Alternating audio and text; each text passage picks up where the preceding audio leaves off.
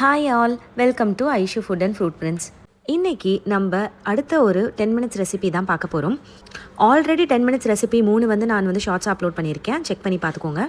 Daily லஞ்சுக்கு என்ன செய்யலாம் அப்படின்ற குழப்பத்தில் இருக்கீங்களா? இந்த மாதிரி ஈஸி ரெசிபீஸாக செஞ்சு கொடுங்க. அதுக்கு ஒரு ஜாரில் இஞ்சி, பூண்டு, தக்காளி, அதுக்கு கூடவே புதினா நிறைய எடுத்துக்கக்கூடாது, கொஞ்சமாக எடுத்துக்கோங்க, இல்லைனா புதினா சாதமாகிடும் அது. இதுக்கு கூடிய 1/2 ஸ்பூன் சோம்பு, 1/2 ஸ்பூன் சீரகம், இதெல்லாத்தையுமே போட்டு நல்லா பிளெண்ட் பண்ணி எடுத்துக்கோங்க. யூடியூப்பில் போடாத நிறைய வீடியோஸ் நான் இன்ஸ்டாகிராமில் அப்லோட் பண்ணியிருக்கேன். அது மட்டும் இல்லாமல் டே டு டே அப்டேட்ஸும் நான் கொடுக்குறேன். இன்ஸ்டாகிராமோட அக்கௌண்ட் டீட்டெயில்ஸ் நான் சேனலில் கொடுத்துருக்கேன், செக் பண்ணி பார்த்துக்கோங்க. அது கூடவே ஃபாலோ பண்ணிக்கோங்க. அரைச்சி பேஸ்ட் எடுத்து தனியாக வச்சுக்கோங்க. அதுக்கு கூடவே ஒரு வெங்காயம் நீளமாக வெட்டி வச்சுக்கோங்க. அதுக்கு கூடவே கொஞ்சோண்டு கருவேப்பிலை நான் எடுத்து வச்சுருக்கேன். ஓகே, இப்போ சமைக்க ஸ்டார்ட் பண்ணலாமா? வாங்க.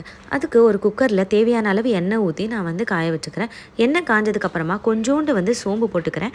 இதில் நான் பிரியாணிக்கு யூஸ் பண்ணுற எந்த ஒரு ஸ்பைசஸுமே நான் யூஸ் பண்ணலை. இந்த பட்டை, கிராம்பு, ஏலக்காய் இந்த மாதிரி நான் எதுவுமே யூஸ் பண்ணல. வெறும்னு சோம்பு மட்டும் போட்டுக்கோங்க.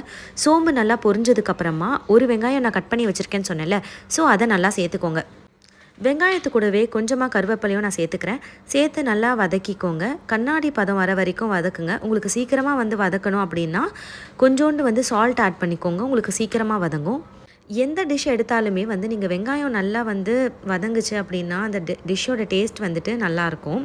இன்றைக்கி நான் சமைக்கிறது எந்த ஒரு காய்கறியுமே போடாமல் செஞ்சுருக்கேன். உங்களுக்கு வேணும் அப்படின்னா கேரட், பீன்ஸ் அந்த மாதிரி கூட நீங்கள் போட்டுக்கலாம். அப்படி இல்லைனா நீங்கள் கருப்பு கொண்ட கடலை இருக்குல்ல, அதை வேக வச்சு நீங்கள் அப்படி கூட சேர்த்துக்கலாம்.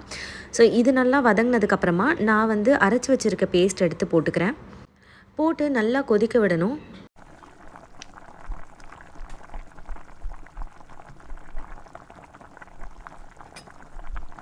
அடுத்து இது கூட மசாலாஸ் ஆட் பண்ண ஸ்டார்ட் பண்ணலாம்.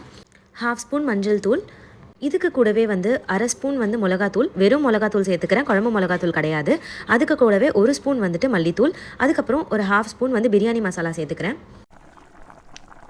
இது எல்லாத்தையுமே நல்லா சேர்த்து கலந்து விட்டுக்கோங்க. மசாலா நல்லா வதங்கினதுக்கப்புறமா இதில் நான் 4 கப் ஆஃப் வாட்டர் சேர்த்துக்கிறேன். இப்போது நான் காட்டியிருக்க கிளாஸில் நான் 2 கிளாஸ் ஆஃப் ரைஸ் எடுத்திருக்கேன். அதுக்கு 4 கிளாஸ் தண்ணி ஊற்றிக்கிறேன்.